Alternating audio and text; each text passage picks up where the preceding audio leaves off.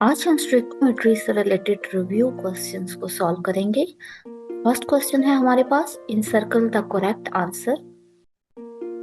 और इसका first portion है, what is the formula mass of copper sulphate 5 water molecule. यहाँ पे कॉपर सल्फेट है आपके पास, उसके साथ ऐड है 5 वाटर मॉलिक्यूल। और इसका फार्मूला मास क्या होगा, इसके लिए हमें 4 ऑप्शंस गिवन है, हमें करेक्ट ऑप्शन को इंसर्कल करना है। तो अब कॉपर सल्फेट का फार्मूला मास हम खुद कैलकुलेट कर सकते हैं और हम देख सकते हैं कि राइट आंसर कौन सा है, कॉपर सल्फेट, क्योंकि कॉपर में 63.5 आपको गिवन है।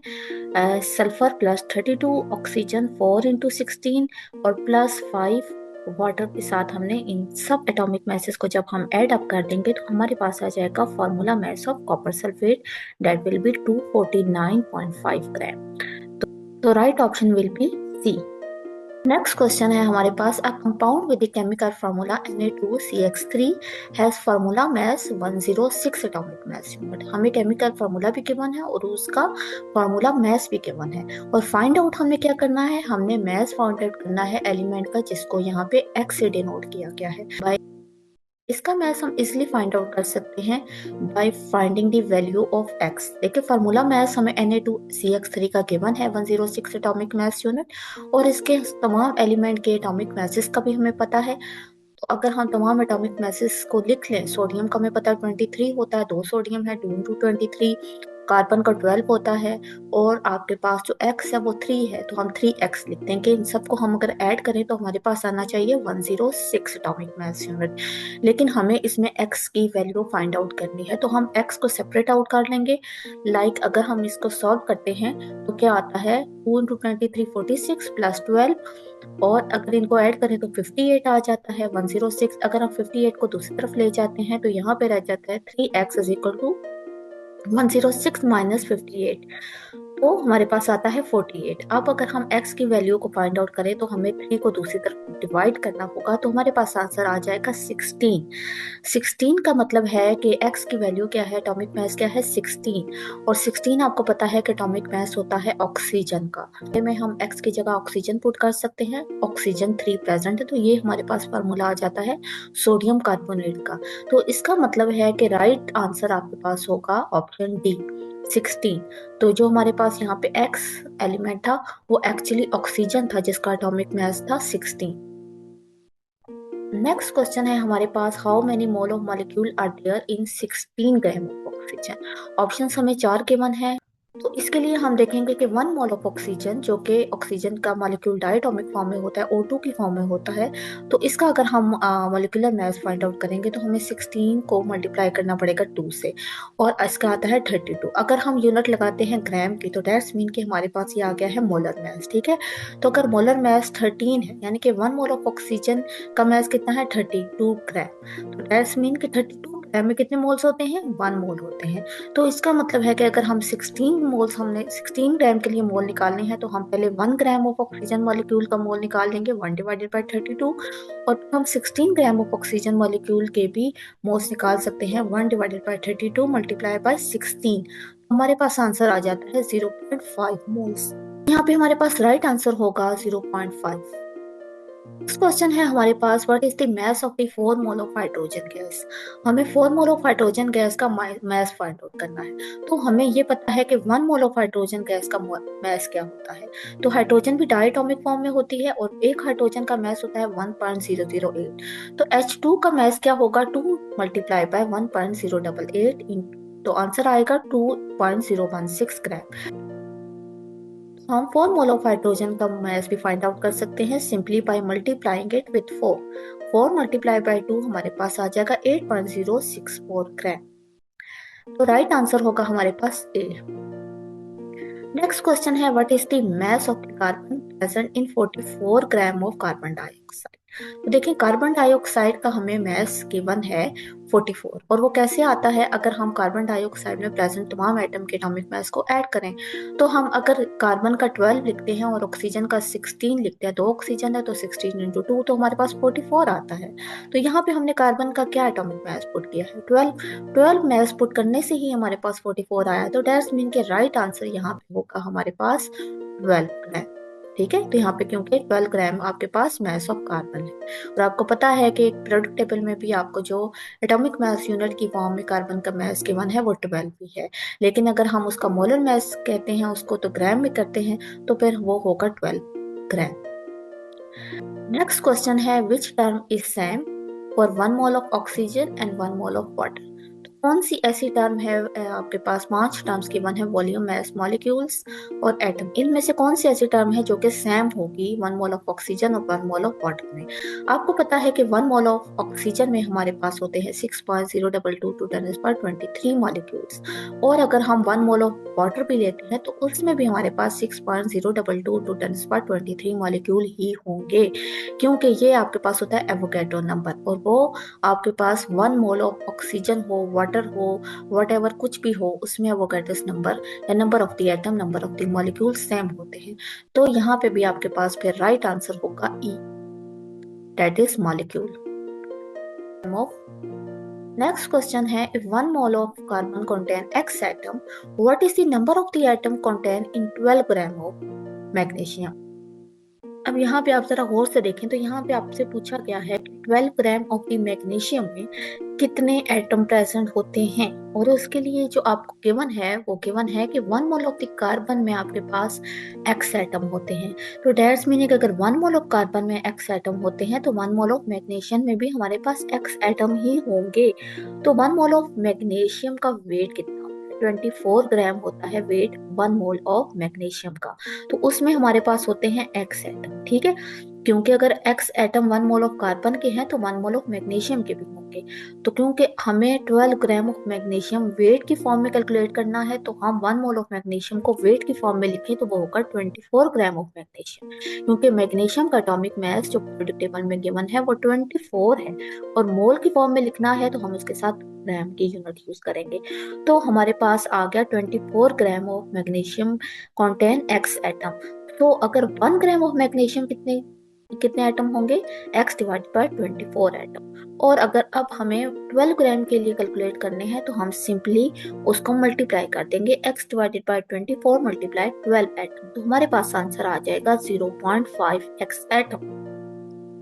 तो इसका मतलब है कि right option will be B, 0.5x। Next हमारे पास न्यूमेरिकल्स प्रॉब्लम है। हम इस एक्सरसाइज में मौजूद तमाम न्यूमेरिकल्स प्रॉब्लम को सॉल्व करेंगे।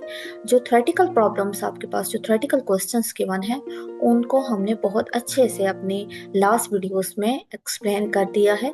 अभी हम सिर्फ न्यूमेरिकल शॉर्ट क्वेश्चंस को सॉल्व करने जा रहे हैं। फर्स्ट क्वेश्चन है हमारे पास, What is the number of the molecule in the 9 gram of steam? अब steam क्या होती है? steam होती है वाटर वेपर्स को कहते हैं, ठीक है। तो steam एक्चुअली आपके पास वाटर मॉलिक्यूल्स ही होंगे।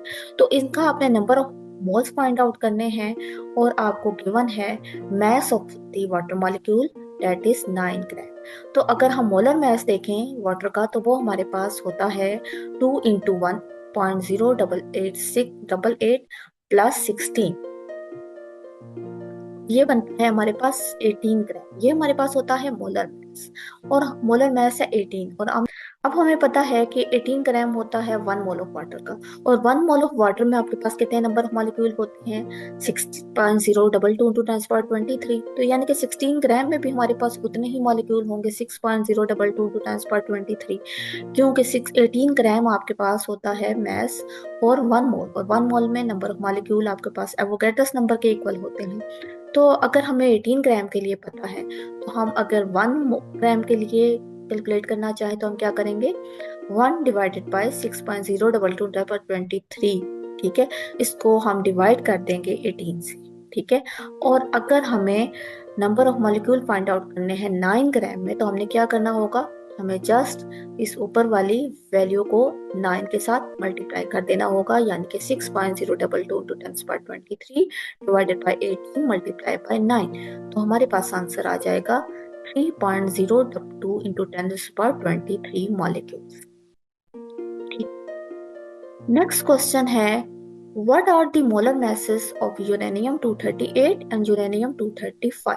अब यूरेनियम 238 और 235 क्या है? ये यूरेनियम के एटॉमिक मैसेस है, और ये क्योंकि यूरेनियम के दो आइसोटॉप्स होते हैं 238 और 235, दोनों का आइसोटॉप का आपको पता है कि उनका एटॉमिक नंबर सेम होता है लेकिन एटॉमिक मैस डिफरेंट होते हैं। ठीक है, तो ये दो यूरेनियम आपके पास आइसोटॉप्स हैं, उन दोनों के मैस डिफरेंट है। तो अगर आपके पास जो एटॉमिक मास ऑफ यूरेनियम 238 है वो है 238 एटॉमिक मास यूनिट, और अगर हम इसका मोलर मास फाइंड आउट करना चाहते हैं तो हमें इसी एटॉमिक मास को ग्राम के यूनिट के साथ लिखना होगा।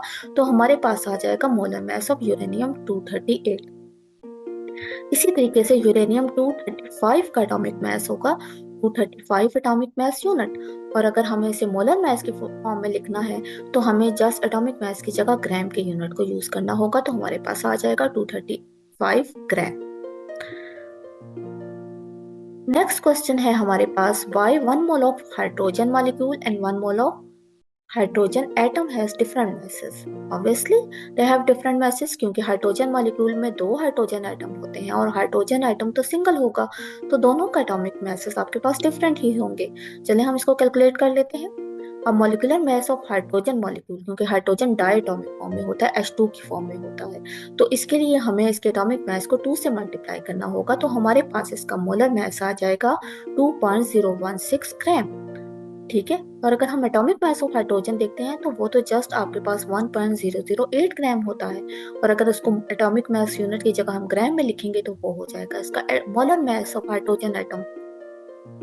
तो यहाँ पे क्योंकि सिंगल हाइड्रोजन होगा और यहाँ पे हाइड्रोजन जो है वो मॉलिक्यूल की फॉर्म में डायटोमिक मॉलिक्यूल होगा, तो इसलिए इन दोनों का एटॉमिक मास क्या होगा? डिफरेंट होगा। नेक्स्ट क्वेश्चन फिफ्थ है आपके पास, calculate number of moles of each substance in sample with following masses, यानी कि आपको number of moles find out करने हैं और आपको सब्सटेंस का मैस गिवन है। फर्स्ट पार्ट है आपके पास 2.4 ग्राम ऑफ हीलियम है आपके पास, और आपको इसके number of moles find out करने हैं। तो जब हमें उसका मैस ग्राम में गिवन है और हमें इसका मोल फाइंड आउट करने हैं, तो सबसे पहले हम उसका मोलर मैस फाइंड आउट करेंगे। अब देखिए, mass of 1 mole of helium या मोलर मैस ऑफ हीलियम क्या होता है? 2 ग्राम। ठीक है, 2 आपको गिवन है पीरियोडिक टेबल में, और अगर उसके साथ ग्राम लगा देते हैं तो वो मोलर मैस हो जाता है। तो इसका मतलब है कि 2 ग्राम ऑफ हीलियम में आपके पास 1 मोल होता है। तो 1 ग्राम ऑफ हीलियम में आपके पास कितने मोल होंगे? 1 डिवाइडेड बाई 2 मोल्स। और 2.4 ग्राम ऑफ हीलियम के लिए नंबर ऑफ मोल कैलकुलेट करना चाहेंगे तो हम जस्ट उसको मल्टीप्लाई कर देंगे 2.4 से, तो इसको सॉल्व करने से हमारे पास आंसर आ जाएगा 1.2 मोल्स। इसको हम सिंपल फार्मूला में पुट करके भी निकाल सकते हैं, like number of the moles is equal to given mass divided by molar mass. Given mass जो कि आपको क्वेश्चन में गिवन है, और मोलर मास जो आप उसके फार्मूला से कैलकुलेट करते हैं और इसके साथ लगाते हैं जी। तो गिवन मास हमारे पास था 2.4 ग्राम और मोलर मास है 2, तो इससे हमारे पास आंसर आ गया 1.2 मोल्स। तो इस तरह आप फार्मूला में इसलिए वैल्यूज पुट करके भी आंसर निकाल सकते हैं। नेक्स्ट क्वेश्चन है आपके पास, 250 मिलीग्राम ऑफ कार्बन में कितने नंबर ऑफ मोल होंगे? तो सबसे पहले हम मिलीग्राम ऑफ कार्बन को ग्राम में कन्वर्ट कर देंगे, क्योंकि मिलीग्राम एक छोटी यूनिट है और बड़ी यूनिट में जाने के लिए हम उसको 1000 से डिवाइड करेंगे, तो हमारे पास आ जाएगा 0.25 ग्राम। तो अब इसके number of mole find out करने के लिए सबसे पहले हमें इसका कार्बन का भी मोलर मास देखना होगा, यानी कि mass of 1 mole of carbon तो वो होता है 12 ग्राम। ठीक है, 12 आपके पास पीरियोडिक टेबल में गिवन है और ग्राम की फॉर्म में लिखेंगे। अब 12 ग्राम ऑफ कार्बन में 1 मोल होते हैं, तो 1 ग्राम में कितने होंगे? 1/12। और इसी तरह से अगर हम 0.25 ग्राम ऑफ कार्बन के लिए निकालना चाहते हैं नंबर ऑफ मोल्स, तो हम जैसे इसको मल्टीप्लाई कर देंगे तो हमारे पास आ जाएगा 0.02 मोल्स।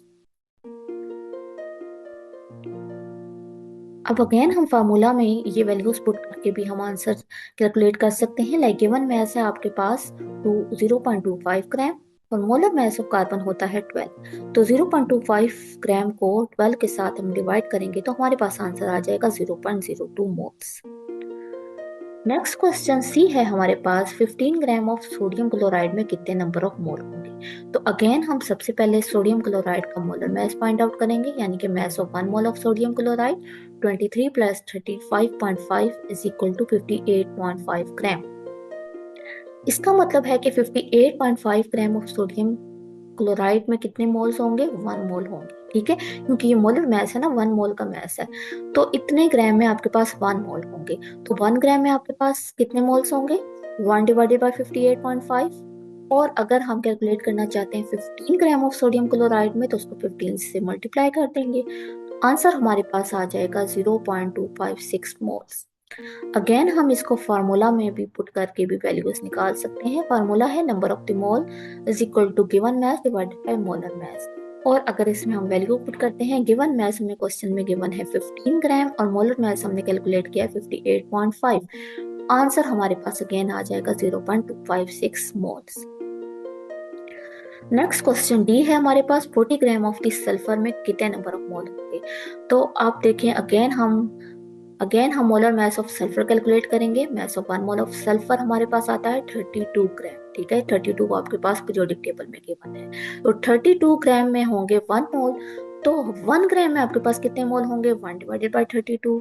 और 40 ग्राम में अगर हम फाइंड आउट करना चाहेंगे तो 40 से मल्टीप्लाई कर देंगे, तो आंसर आ जाएगा 1.25 मोल्स, आ जाएगा 1.25 मोल्स।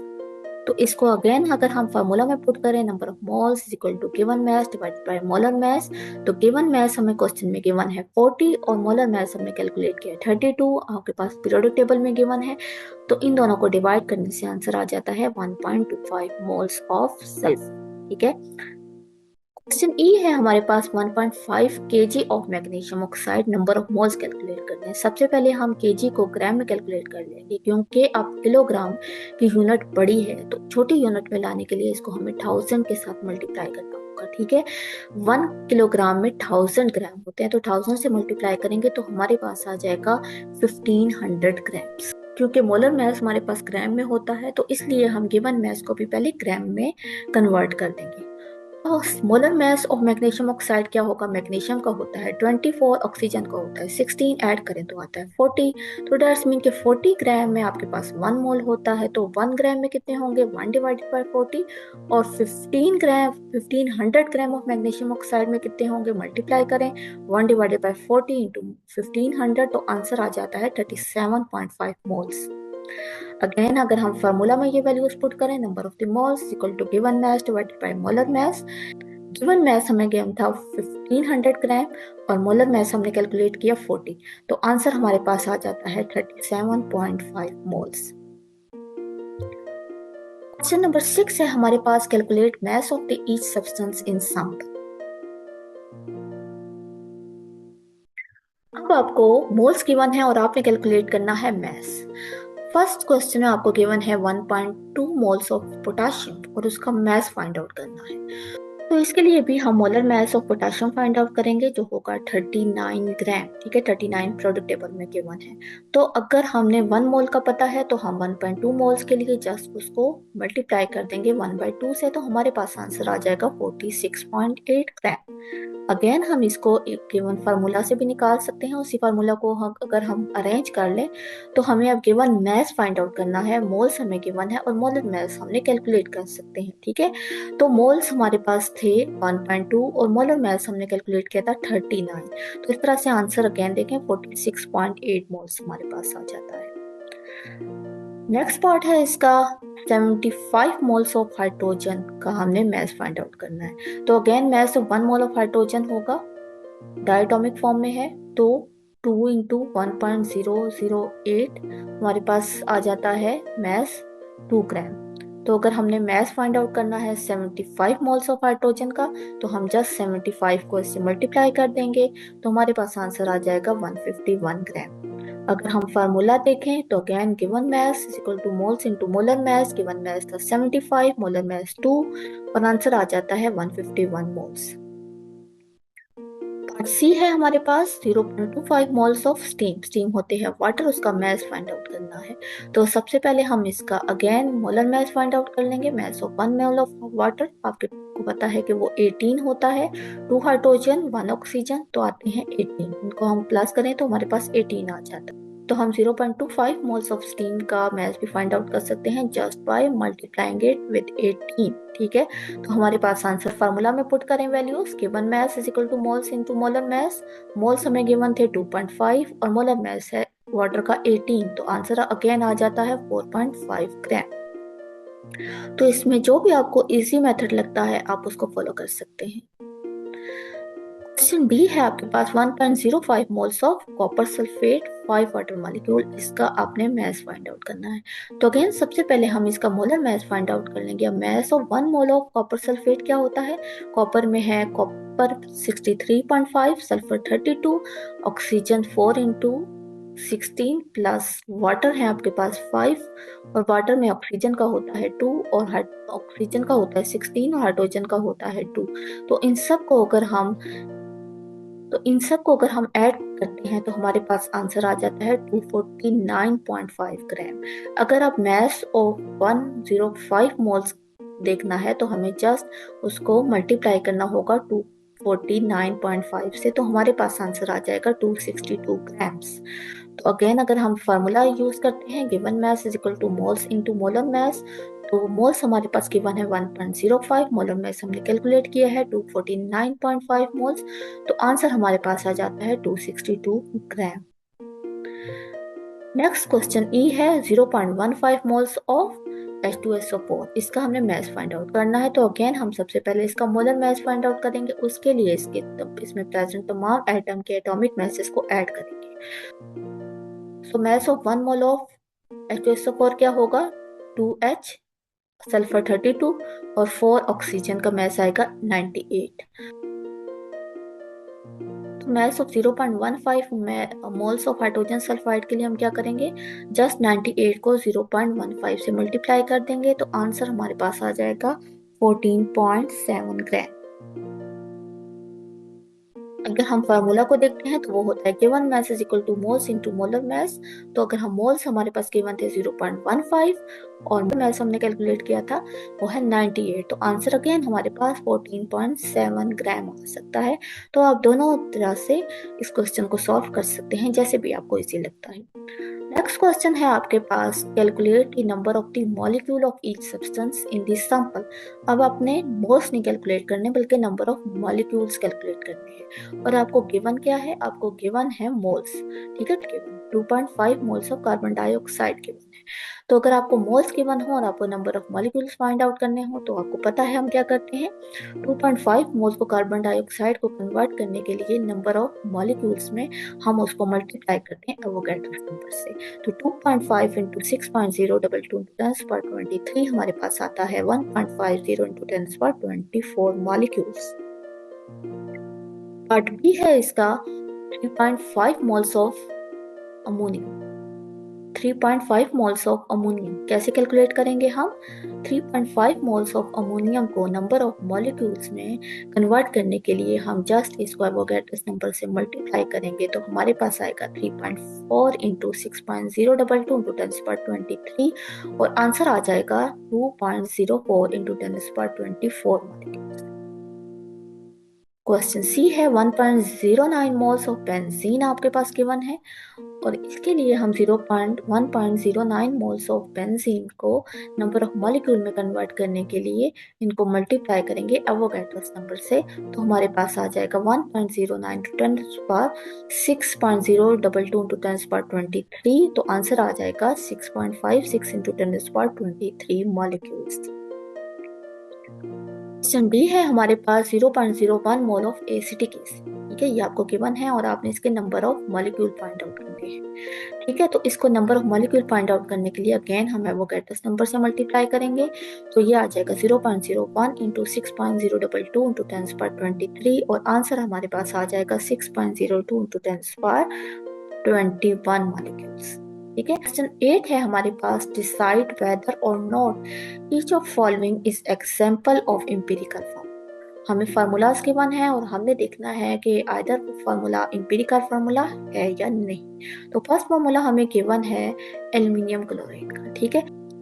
तो यहाँ पे हमें ये रिकॉल करने की ज़रूरत है कि एम्पिरिकल फार्मूला में हमारे पास क्या होता है। हमें एम्पिरिकल फार्मूला में हमारे पास नंबर ऑफ एटम्स के दरमियान में सिंपलेस्ट रेशियो, रहेंगे, यानी कि जितने भी एटम आपके प्रेजेंट हैं उनके नंबर ऑफ एटम के दरमियान में सिंपलेस्ट रेशियो को हम कहते हैं एम्पिरिकल फार्मूला। तो यहाँ पे हमें जस्ट ये चेक करना है कि नंबर ऑफ एटम्स जो भी हैं क्या उनकी जो रेशियो है वो सिंपलेस्ट है कि नहीं है। अगर वो सिंपलेस्ट है तो वो एम्पिरिकल फार्मूला होगा, और अगर वो सिंपलेस्ट नहीं है तो वो एम्पिरिकल फार्मूला नहीं होगा। लाइक हेयर यहाँ पे एल्यूमिनियम 2 है और क्लोरीन आपके पास 6 है, तो 2 to 6 सिंपलेस्ट रेशियो है? नहीं, क्योंकि सिंपलेस्ट रेशियो इसकी आती है 1:3। यानी कि अगर हम 2.6 को मजीद सिंप्लीफाई कर सकते हैं, अगर हम इसको कॉमन फैक्टर, इनका कॉमन फैक्टर क्या होगा 2, अगर 2 से हम दोनों को डिवाइड करें तो हमारे पास आ जाता है 1:3। सिंपलेस्ट रेशियो इसकी 1:3 है। सिंपलेस्ट रेशियो वो रेशियो होती है जिसको हम मजीद सिंप्लीफाई नहीं कर सकते, उसका कोई कॉमन फैक्टर ऐसा नहीं होता जिसके साथ हम इसको डिवाइड करके मजीद सिंप्लीफाई कर सकें। तो यानी कि 2:6 हमारे पास सिंपलेस्ट रेशियो नहीं है। सो ये आपके पास जो गिवन फार्मूला है it is not an empirical formula. Part B आपके पास गिवन है, मरकरी के 2 एटम्स हैं और क्लोरीन के 2 एटम्स हैं। अब हमने ये बताना है कि क्या ये एम्पिरिकल फार्मूला है या नहीं। तो आप देखें यहाँ पे जो रेशो है वो 2:2, तो 2:2 भी हमारे पास सिंपलेस्ट रेशो नहीं है। क्यों? क्योंकि सिंपलेस्ट रेशो होगी 1:1, क्योंकि 2:2 रेशो में भी हम एक कॉमन फैक्टर हमारे पास 2 है। अगर हम इसे मल्टीप्लाई करें तो हमारे पास मजीद सिंप्लीफाई हो सकता है 1:1, और इसको हम 1:1 को मजीद सिंप्लीफाई नहीं कर सकते। कोई भी इसका कॉमन फैक्टर ऐसा नहीं है जिससे हम इनको दोनों को डिवाइड करके इसको मजीद सिंप्लीफाई कर सके। सो 2:2 तो सिंपलेस्ट रेशो नहीं है। दैट्स मीन कि ये भी हमारे पास एम्पिरिकल फार्मूला नहीं है। ठीक है, नेक्स्ट क्वेश्चन है आपके पास सोडियम क्लोराइड। अब सोडियम क्लोराइड में अगर हम देखें तो एक सोडियम है और एक क्लोराइड है, तो रेशो हमारे क्या पास बनती है 1:1। तो क्या 1:1 सिंपलेस्ट रेशो है? यस, क्योंकि 1:1 को कोई भी ऐसा कॉमन फैक्टर नहीं है जिससे हम इन दोनों नंबर्स को डिवाइड करें और हमारे पास मजीद सिंपलेस्ट रेशो, ऐसा नहीं हो सकता। तो सो ये एक हमारे पास एम्पिरिकल फार्मूला ही है। लेकिन क्योंकि ये आयनिक कंपाउंड है और आयनिक कंपाउंड का हम फार्मूला को एम्पिरिकल फार्मूला नहीं कहते बल्कि फार्मूला यूनिट कहते हैं। ठीक है, एम्पिरिकल फार्मूला होता है फॉर द मॉलिक्यूलर कंपाउंड जिसमें मॉलिक्यूल प्रेजेंट होते हैं। ठीक है, और फार्मूला यूनिट होती है फॉर द आयनिक कंपाउंड के लिए हम उसको फार्मूला यूनिट कहते हैं। डी है C2H6O। क्या ये हमारे पास एक एम्पिरिकल फार्मूला है? तो इसके लिए हम देखते हैं यहाँ पे हमारे पास कार्बन 2 है, हाइड्रोजन 6 है और ऑक्सीजन 1 है। तो हमारे पास रेशो क्या आएगी 1:6:1। ये सिंपलेस्ट रेशो है? यस, क्योंकि हम इसको मजीद सिंप्लीफाई नहीं कर सकते। कोई भी कॉमन फैक्टर ऐसा नहीं है जिससे हम इन तीनों नंबर को डिवाइड कर सके, 2, 6 और 1।